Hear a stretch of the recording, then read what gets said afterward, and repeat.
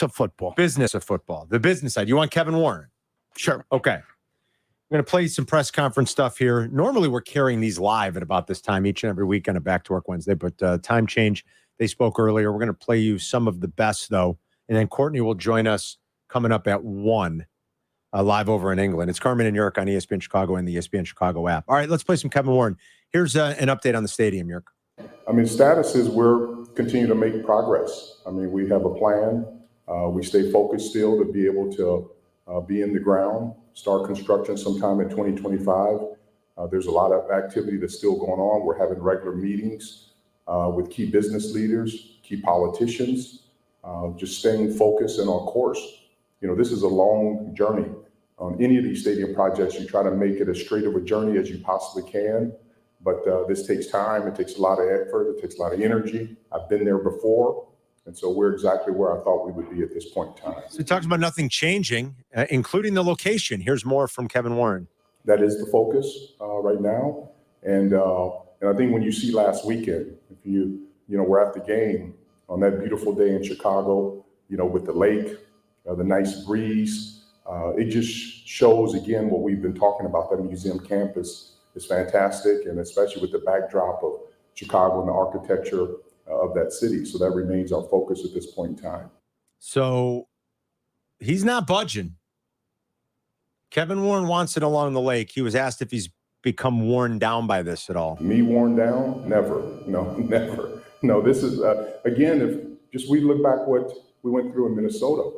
I mean, you look back, what's going on in Kansas City. I mean, these stadium projects, that's why you do them once every 30, 40, 50 years. I'm actually energized by it because anything that's great in life, anything that lasts 50 years takes a lot of energy and effort. And I'm confident in the political leadership, the business leadership, our fan base, that we'll be able to figure this out. And so it will become a crown jewel for the National Football League. And I look forward to being able to host mega events, not only being able to bid for the Super Bowl, but Final Four, college football games, concerts, all those different things. These are not easy projects. And so again, I'm energized. I'm excited. It's been good to work together. We learn something each and every day, and we'll continue to move forward. He wants the crown jewel along the lake. You could build a crown jewel in Arlington Heights. I mean, you already own the land. You can have Super Bowls and Final Fours in Arlington Heights. Can. You definitely could. He doesn't seem to want that. We're going to continue to see where this goes in the coming year. He wants shovels in the ground next year. I don't know. He's got a major problem. His major problem is the fact that there's no citizen of the state of Illinois that wants to use taxpayer money to pay for the stadium. Whether it's on the lakefront or whether it's over in Arlington Heights, there's no appetite for public financing of a stadium. I hope not. I don't know. I'm telling you, there's not. Now, the politicians, as is their want, can ignore the public and can ignore their constituents, which is what they have a tendency to do anyway. That's my fear. And go about the business of just going ahead and ramrodding through. That's my fear. The way Illinois politicians have done business for years. Yeah, that it'll just be too bad, so sad for you. Yeah. This is what we're going to do. Yeah. And we're not taxing you. We're taxing the citizens. No, you're taxing everybody. Yeah, exactly. Don't pretend. The visitors, my ass. That's I don't want to say it. My ass, you could say it. That's what I fear will ultimately happen.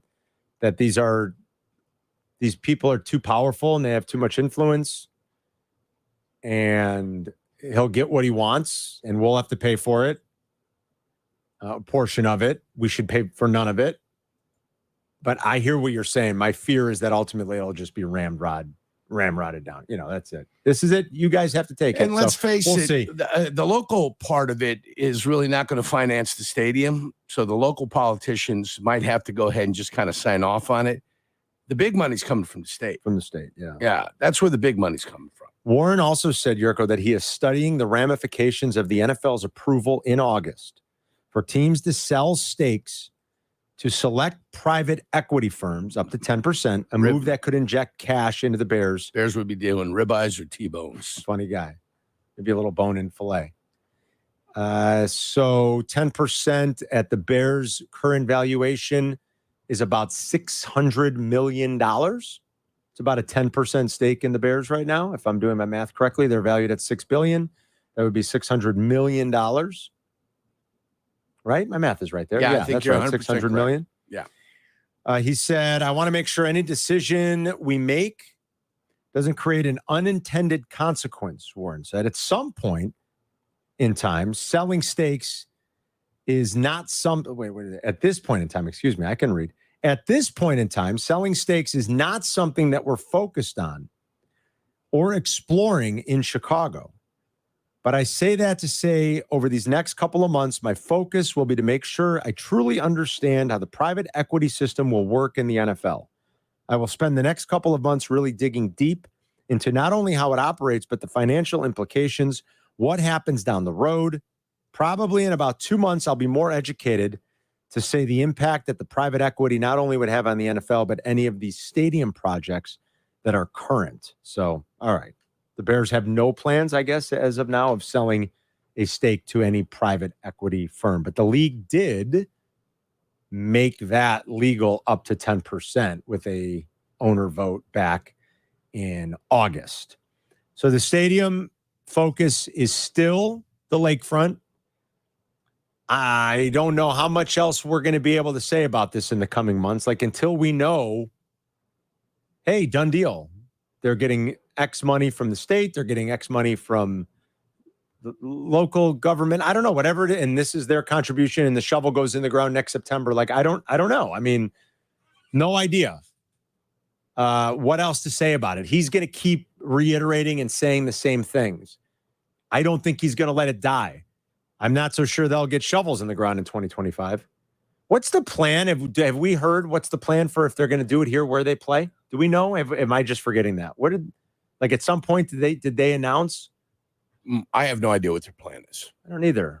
I feel like that's something that was said, and I'm just not remembering. All the things that they had gone over.